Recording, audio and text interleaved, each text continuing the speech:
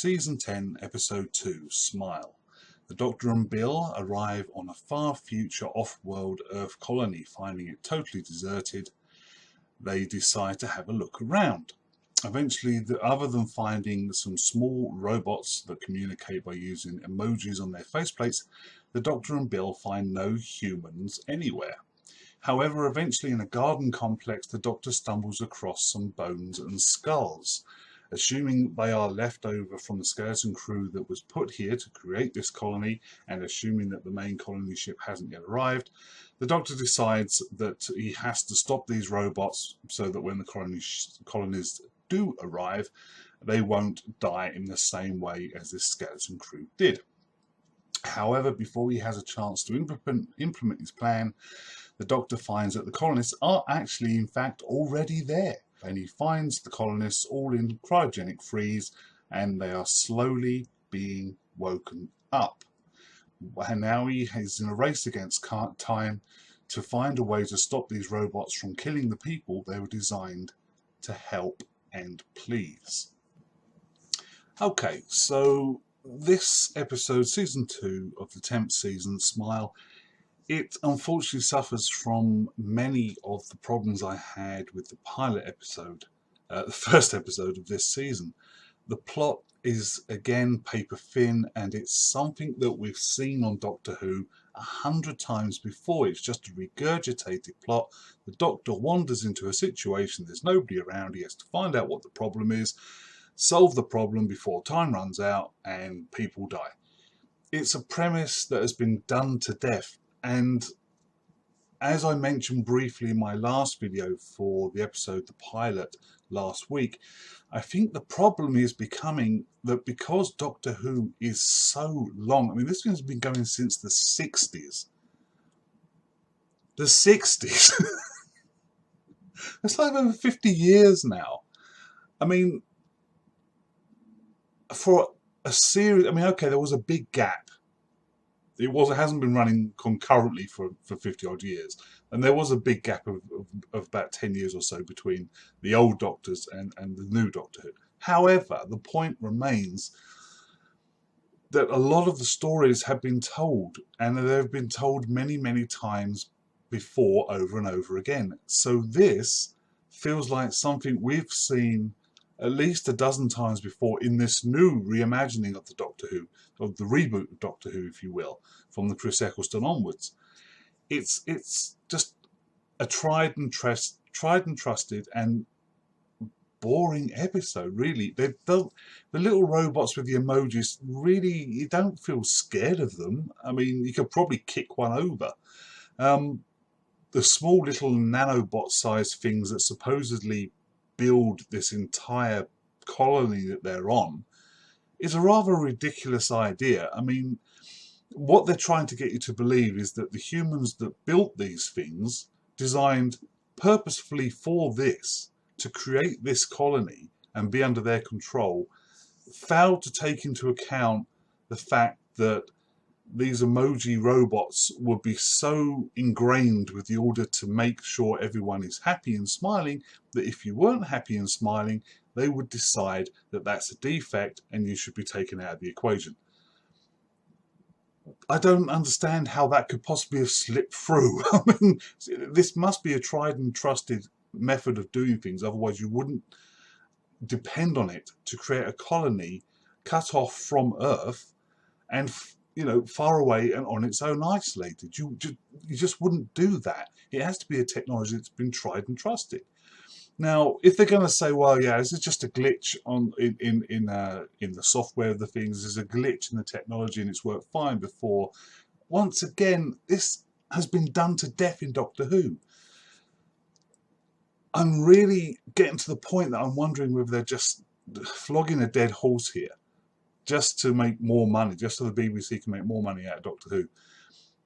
It's getting to the point where it's jumping the shark, as that old term has been used. It's getting to the point that the stories are so ridiculous and so out there and just so plain stupid that they just don't work anymore. And I'm wondering whether perhaps they just call it a day before it gets too stupid and it's just irretrievable.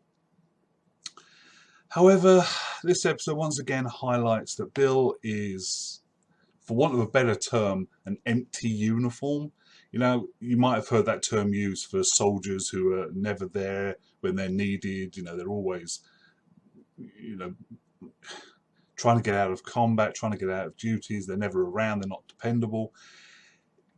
Bill, I mean, this is only a second episode, and I understand that. And it's going to take some time for them to build her character up. I get that. But so far, in these 2 episodes, she's been nothing. She's done nothing to help. She's done nothing to put herself across as a character that you're going to be interested in and want to, you know, make a connection with. She just really hasn't. In this episode, as much as the last episode, she's just wandering around aimlessly, taking pictures. I mean, it's concerning that the BBC think this is how their audience wants to see a character they should be championing. That this, you know, if this is what our younger generation has become, if this is a true representation, if it is a true representation of our younger generation, that they are so airheaded, as I described in the last episode review. She comes over as an airhead, perhaps not totally an airhead. I mean, she's not bimbo or blonde or that sort of airhead. She is aware of what's going on around her, but she just doesn't take anything seriously. She's more interested in taking pictures on her phone and, you know, gulping around. And even when danger hits, it's like she doesn't quite seem to grasp what's going on around her.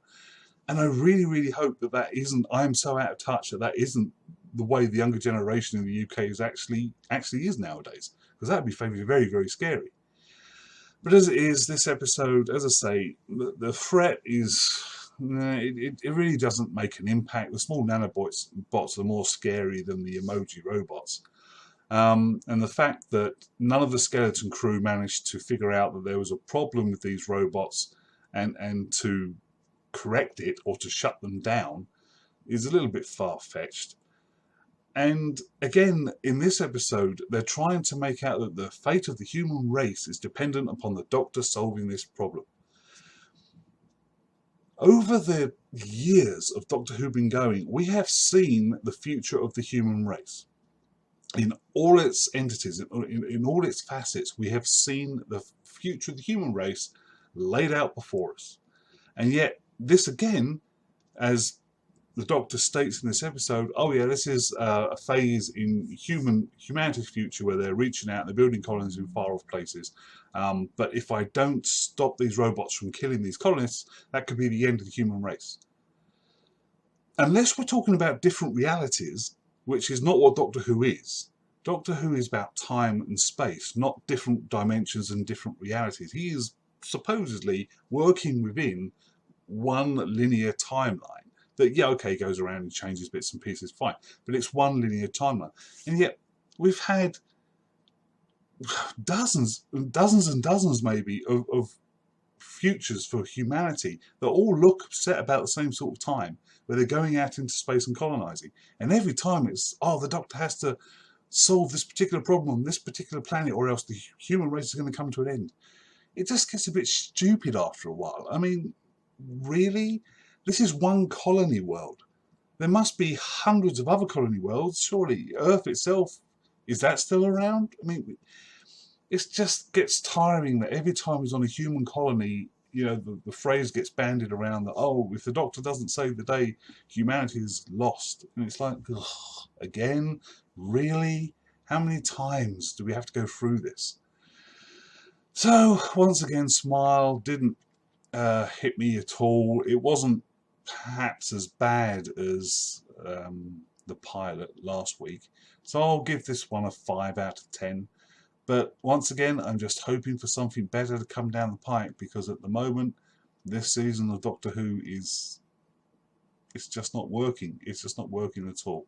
And they're leaning back on old story plots that have been done to death before.